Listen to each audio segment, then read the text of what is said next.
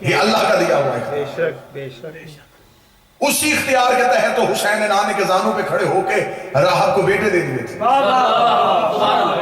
اور یہ بات میں وضاحت کروں ممبر سے، میں بہت ضروری سمجھتا ہوں اس واقعے کی وضاحت کروں۔ اکثر یہ جملہ کہہ دیا جاتا ہے کہ صاحب وہ راہب تھا۔ ایک لفظ ہوتا ہے راہب، ایک ہوتا ہے راہب۔ راہب ہوتا ہے عیسائیت میں جو شادی نہیں کرتا۔ جو نئی چیز ممبر سے پڑھی جائے اس میں تھوڑی توجہ دیا کریں۔ ہاں صاحب، راہب جو ہوتا ہے وہ ہے عیسائیت میں ایک ایسا شخص جو شادی نہ کرے، رہبانیت اختیار کر لے اور صرف اپنی زندگی اللہ کی عبادت کے لیے وقف کرے۔ اکثر کتابوں میں لفظ آیا تو یہ شرح میں لکھ دیا گیا کہ وہ کوئی صاحب راہب تھا جسے حسین نے بیٹے دیے تھے اور وہ شادی شدہ نہیں تھا۔ نہیں، یہ راہب نہیں تھا، عیسائی نہیں تھا، یہ مسلمان تھا۔ اس کا نام تھا راہب۔ راہب اس کا نام تھا۔ یہ یمن کے قریب ایک بستی میں رہتا تھا۔ اس کی زوجہ کا نام کتابوں میں لکھا فائزہ۔ یہ بستی میں اس نے 40 خواب دیکھے۔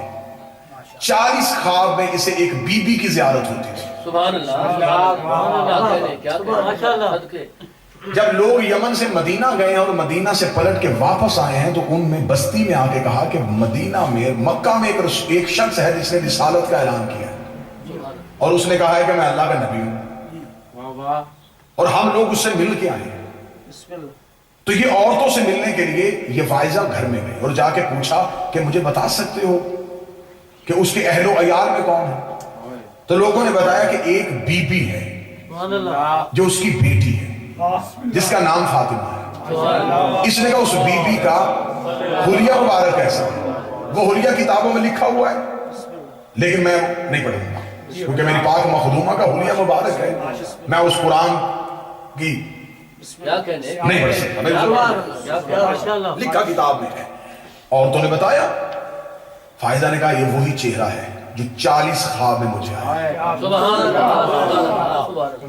یہ شوہر کو لے کے مدینہ پہنچتی ہے، مدینہ پہنچتی اور میں جملہ کہنے لگا، اختیار ولایت کا سمجھانے لگا۔ اور جب یہ مدینہ میں پہنچتی ہے تو اس کا شوہر رسالت مآب کے دربار میں چلا جاتا ہے اور یہ پاک معظمہ کی بارگاہ میں چلی جاتی ہے۔ جب یہ رسول کی بارگاہ میں جاتا ہے تو رسول کو کہتا ہے کہ یا رسول اللہ میں بے اولاد ہوں، میں اپنی زوجہ کو ساتھ لے کے آیا ہوں، میرے ہاں اولاد نہیں ہے۔ اتنا کہنا تھا یہاں حجرے سے نکل کے مولا حسین آ گئے، بچپن کے حسین ممبر پہ آئے اور رسول کے زانوں پہ کھڑے ہو گئے۔ رسول کے زانوں پہ کھڑے ہو کے حسین نے رسول کی ریش مبارک پہ ہاتھ پھیرنا شروع کر دیا۔ جیسے کوئی بچہ بچپن میں بزرگوں کو پیار کرتا ہے ویسے بار بار نانا کی ریش کو پیار بھی کر رہے تھے اور رسول کا چہرہ بھی چوم رہے تھے۔ راہب رو رہا تھا، روتا ہوا کہہ رہا تھا کہ اے اللہ کا رسول مجھے کیا خبر ہے، لیکن مجھے یہ پتا ہے کہ میرے ہاں اولاد نہیں ہے، میرا کوئی وارث نہیں ہے۔ حسین نے یوں ایک سرسری سی نگاہ دوڑائی اور دوڑانے کے بعد کہا تجھے بیٹوں کی خواہش ہے، چل میں تجھے بیٹا دیتا ہوں۔ پھر کہا چل میں تجھے دوسرا بیٹا دیتا ہوں، پھر میں تجھے تیسرا بیٹا، چوتھے بیٹے پہ آنا تھا یا عصمت سرا سے کلیز دوڑتی ہوئی آئی اور آ کے کہنے لگی یا رسول اللہ حسین کو کہیے ادھر یہ کہتے جا رہے ہیں ادھر فائزہ کے حجرے سے بیٹے نکلتے جا رہے ہیں۔ عرب کتاب کا حوالہ میرے پاس موجود ہے، مدینہ المعارف کا حوالہ موجود ہے۔ گھر میں جا کے بیٹے نہیں ہوئے، آپ نے جملہ سروں سے گزار دیا، گھر میں جا کے بیٹے نہیں ہوئے۔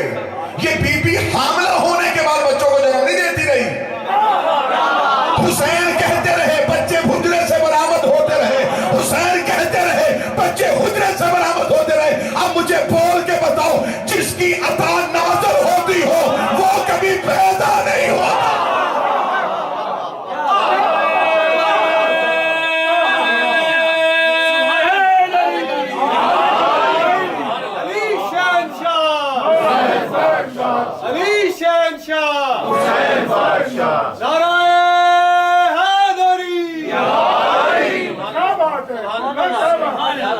آپ اس طرح سمجھیے تو صحیح، آپ اس گھر کو تو سمجھیے، آپ ان کے فضائل تو برداشت کیجئے، پھر آپ کو ان کے اختیارات کی سمجھ۔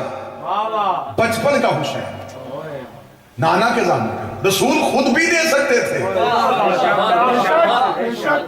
حسین سے کہلوایا.